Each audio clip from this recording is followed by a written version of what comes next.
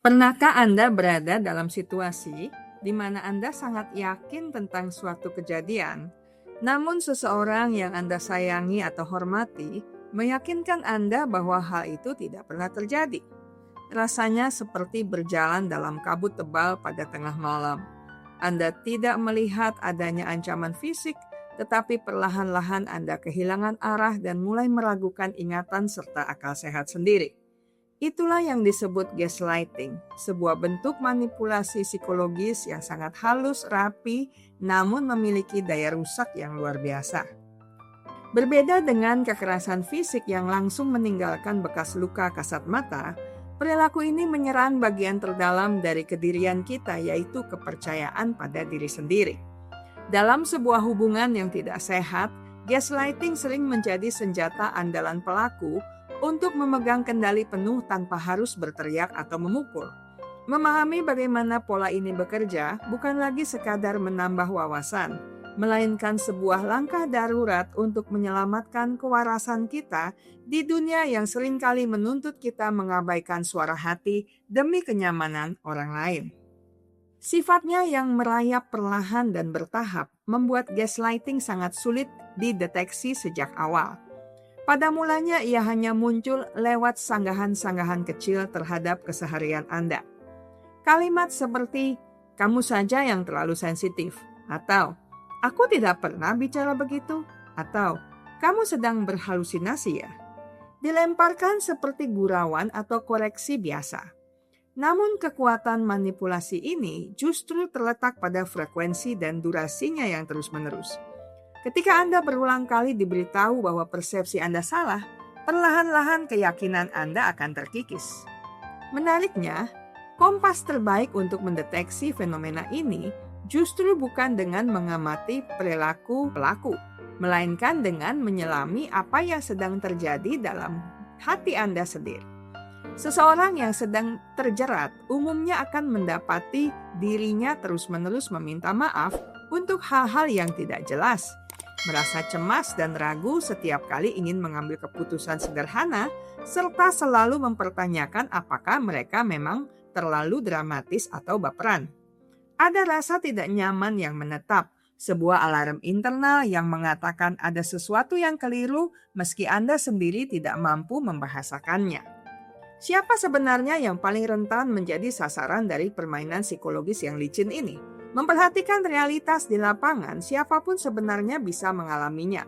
Namun mereka yang memiliki empati tinggi, berhati lembut, dan selalu mengutamakan keharmonisan hubungan, biasanya menjadi target utama. Orang-orang dengan sifat pengasuh atau mereka yang sangat menghargai opini orang lain di atas kenyamanan pribadi, cenderung lebih mudah goyah ketika narasinya digoyang oleh pelaku. Kerentanan ini juga meningkat tajam ketika seseorang sedang berada di titik terendah dalam hidupnya. Misalnya saat berduka, mengalami kegagalan karir, atau sedang berjuang menghadapi rasa minder. Pelaku sangat lihai memilih individu yang memiliki kesetiaan tinggi karena mereka tahu kesetiaan itulah yang akan membuat korban tetap bertahan di tempat, meskipun akal sehatnya mulai merasa ada yang ganjil. Tidak hanya dalam hubungan asmara, lingkungan kerja yang sangat kompetitif dan penuh tekanan pun bisa menjadi lahan yang subur bagi tumbuhnya praktik ini. Ketika kesadaran itu akhirnya muncul dan Anda menyadari sedang berada di bawah kendali gaslighting, langkah awal yang harus diambil adalah menjangkarkan kembali kaki Anda pada realitas. Mulailah mendokumentasikan fakta apa adanya secara objektif. Anda bisa menulis catatan harian, menyimpan tangkapan layar percakapan, atau membagikan cerita Anda kepada sahabat atau pihak ketiga yang netral dan terpercaya. Rekam jejak yang nyata ini akan menjadi pegangan hidup agar Anda tidak mudah terseret oleh cerita palsu yang dianyam oleh pelaku. Di samping itu penting sekali menyadari bahwa Anda tidak akan pernah bisa memenangkan perdebatan dengan seorang gaslighter.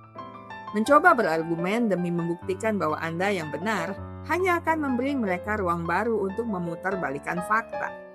Jalan terbaik adalah menarik diri secara emosional dan menegakkan batasan yang tidak bisa ditawar. Mengatakan dengan tegas, "Aku tahu apa yang aku lihat dan dengar, dan aku tidak tertarik untuk mendebatnya lagi," adalah sebuah pernyataan sikap yang sangat powerful atas diri Anda sendiri. Memulihkan diri dari dampak gaslighting membutuhkan komitmen penuh untuk merawat dan menyembuhkan kesehatan mental. Kita perlu mengingatkan diri sendiri bahwa esensi dari kesehatan mental bukan sekadar bebas dari diagnosis gangguan jiwa, melainkan sebuah kondisi di mana kita merasa aman, nyaman, dan berdaulat di dalam pikiran kita sendiri. Setelah sekian lama dipaksa tidak mempercayai intuisi sendiri, proses belajar untuk kembali mendengarkan gut feeling bisa terasa sangat asing dan menakutkan. Oleh karena itu, jangan ragu mencari bantuan profesional dari psikolog atau konselor.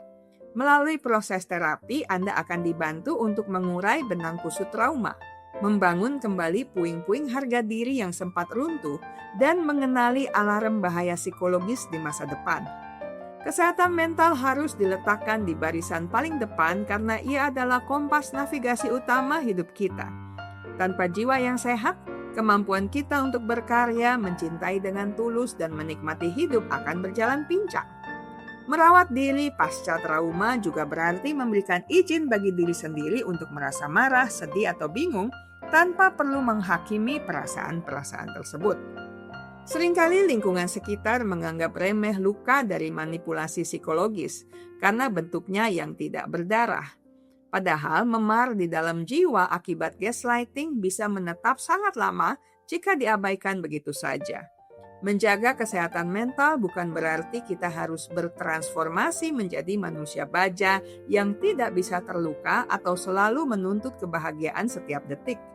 Menjaga mental berarti memiliki ketangguhan untuk mengenali kapan sebuah hubungan atau lingkungan sudah mulai merongrong integritas diri kita. Setiap manusia tanpa terkecuali memiliki hak untuk merasa aman, dihargai, dan dipercaya dalam setiap interaksi sosialnya.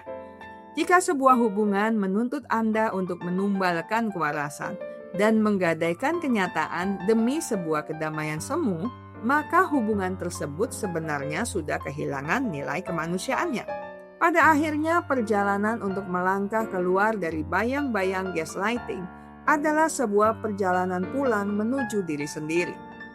Ini adalah momen penting untuk mengklaim kembali suara Anda yang sempat dibungkam dan merebut kembali kendali atas narasi hidup yang sempat dicuri orang lain. Kita harus berani berdiri tegak dan menegaskan bahwa apa yang kita rasakan adalah valid dan apa yang kita alami adalah sebuah kenyataan. Dengan menempatkan kesehatan mental sebagai fondasi hidup, kita tidak hanya membentengi diri dari para manipulator, tetapi juga ikut membangun ruang sosial yang lebih sehat, jujur, dan beradab. Ingatlah selalu bahwa kebenaran atas pengalaman hidup Anda sama sekali tidak membutuhkan stempel persetujuan dari orang yang mencoba menghancurkannya. Menjaga pikiran tetap jernih dan jiwa tetap utuh adalah bentuk keberanian tertinggi untuk hidup secara emosional merdeka. Sampai di sini dulu. Kita akan berjumpa lagi minggu depan dengan video menarik lainnya. Terima kasih untuk kesetiaan Anda bersama channel Bahas Psikologi. Jika Anda merasa video ini bermanfaat, silakan like, share, dan subscribe ke channel ini untuk mengakses konten menarik lainnya. Ingat baik-baik, kesehatan mental Anda sangat berharga. Jagalah, pertahankanlah dengan sekuat tenaga.